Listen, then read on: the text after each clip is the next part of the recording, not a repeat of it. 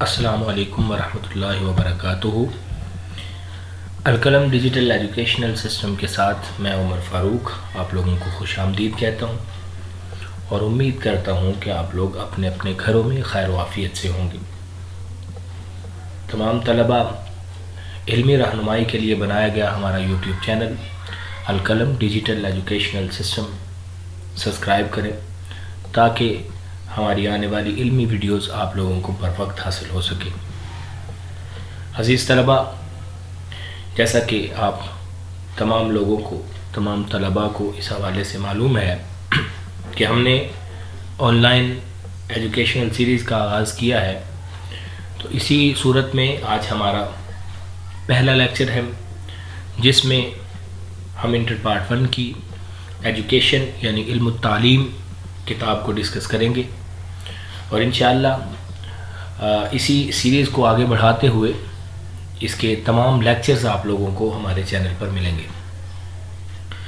عزیز طلباء، ہم اس سے پہلے کہ اپنے باقاعدہ سبق کی طرف آئیں، اس سے پہلے ضروری ہے کہ ہم 4 چیزوں کا بنیادی جائزہ لیں گے، جس میں کتاب کے مقاصد، کتاب کا جائزہ، بورڈ پیپر کا جائزہ، اور اس کے بعد پھر ہم باب اول کی جانب آئیں گے۔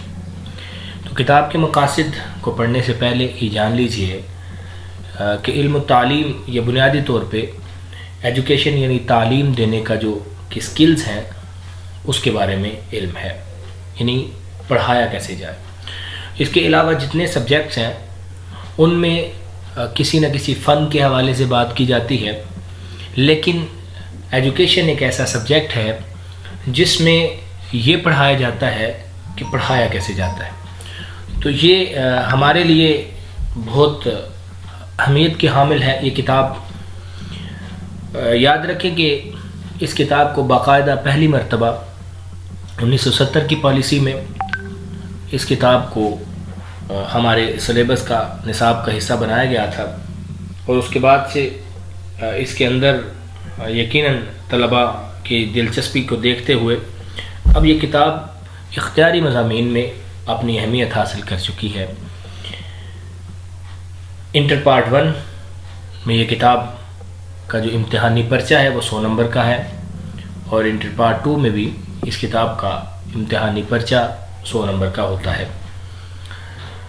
اب ہم مزید کتاب کے جائزے کی طرف چلتے ہیں۔ تو اس کتاب کے جائزے کو دیکھتے ہوئے ہم سب سے پہلے اس کے ابواب کو دیکھتے ہیں، اس کے ابواب کتنے ہیں اور ان کے نام کیا ہیں۔ اب درسی کتب اپنے سامنے کھولیں۔ باب اول تعلیم، باب 2 مقاصد تعلیم، باب سوم تعلیم کی بنیادیں، باب چہارم انسانی نشو و نما، باب پنجم تعلم، باب ششم معاشرہ کمیونٹی اور تعلیم، باب ہفتم رہنمائی اور مشاورت، اور باب ہشتم نصاب سلیبس اور درسی کتب۔ تو یہ کل ملا کے ہمارے پاس 8 ابواب بنتے ہیں۔ ان 8 ابواب کو جب ہم اچھے طریقے سے پڑھ لیتے ہیں تو یقیناً اس میں ہر دوسرا آنے والا باب ہمارے پچھلے سبق کے ساتھ، پچھلے باب کے ساتھ منسلک ہوتا ہے۔ تو اس لیے ضروری ہے کہ اگر آپ نے مثال کے طور پہ باب سوم کو سمجھنا ہے تو آپ کو باب دوم کو پڑھنا ہوگا، باب دوم کو سمجھنا ہے تو آپ کو باب اول کا مطالعہ کرنا پڑے گا۔ تو یہ سارے آپس میں ایک کڑی کی طرح جڑے ہوئے ہیں، اور جب ہم باب اول، دوم، سوم اور اسی طریقے سے باب ہشتم تک سارے ابواب پڑھ لیتے ہیں تو جب ہم پھر ایجوکیشن پارٹ 2 میں جاتے ہیں تو پھر جا کر ہمیں ان ساری کتابوں کی سمجھ آتی ہے، کیونکہ وہاں پر جا کر یہ تمام اصطلاحات مختلف انواع سے، مختلف طریقوں سے استعمال کی جاتی ہیں۔ اب ہم اپنے امتحانی پرچے کی جانب چلتے ہیں۔ جیسے کہ ہم نے بورڈ پیپر کا جائزہ لینے کا کہا تھا، تو امتحانی پرچے میں چلتے ہیں۔ تو امتحانی پرچہ کچھ اس صورت سے آتا ہے، ہمارے پاس یہ MCQs ہوتے ہیں یہ آپ کے سامنے، اور اس کے بعد یہ ہمارے پاس سبجیکٹو پیپر ہوتا ہے۔ تو اس کی ہم جو تفصیلی حوالے سے گفتگو ہے ہم دیکھتے ہیں یہاں پر۔ تو یہاں پر سوال نمبر 1 کثیر الانتخابی سوالات ہوتے ہیں کل 20 نمبر کے. پھر سوال نمبر 2 مختصر سوالات آتے ہیں 12 میں سے 8 کرنے ہوتے ہیں 16 نمبر کے. سوال نمبر 3 مختصر سوالات ہوتے ہیں 12 میں سے یہاں پر بھی 8 سوالات کے جوابات دینے ہوتے ہیں کل نمبر 16. سوال نمبر 4 مختصر سوالات 13 ہوتے ہیں اور 13 میں سے آپ کو 9 سوالات کے جوابات لکھنے ہوتے ہیں کل نمبر 18. اور سوال نمبر 5 میں آپ کو 5 تفصیلی سوالات ملتے ہیں جس میں آپ کو 3 سوالات کے جوابات دینے ہوتے ہیں کل نمبر آپ کے 30 ہوتے ہیں.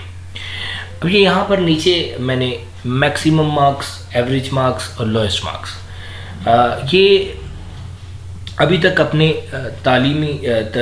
اپنے تدریسی تجربے کو مد نظر رکھتے ہوئے میں نے ان مارکس کی ڈویژن کی ہے کہ میکسیمم مارکس جو اس کتاب میں آ جاتے ہیں وہ 95+ ہیں.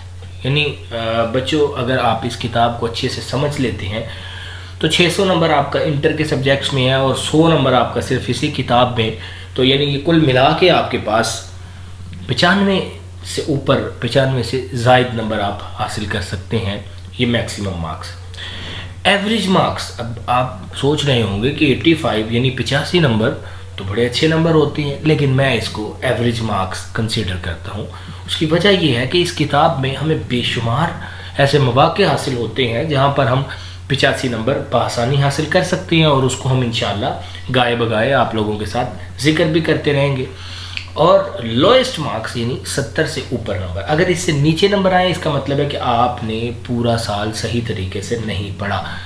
اس کی وجہ یہ ہے کہ اگر ہم سال کے آخر میں جیسے کچھ بچے پرائیویٹ داخلہ بھیجتے ہیں اور داخلہ بھیجنے کے بعد وہ سیدھا پیپر دینے چلے جاتے ہیں، باقاعدہ کسی انسٹیٹیوٹ میں باقاعدہ کسی ادارے میں تعلیم نہیں حاصل کرتے، تو 70 نمبر لینا تو ان کے لیے بھی بہت آسان ہوتا ہے.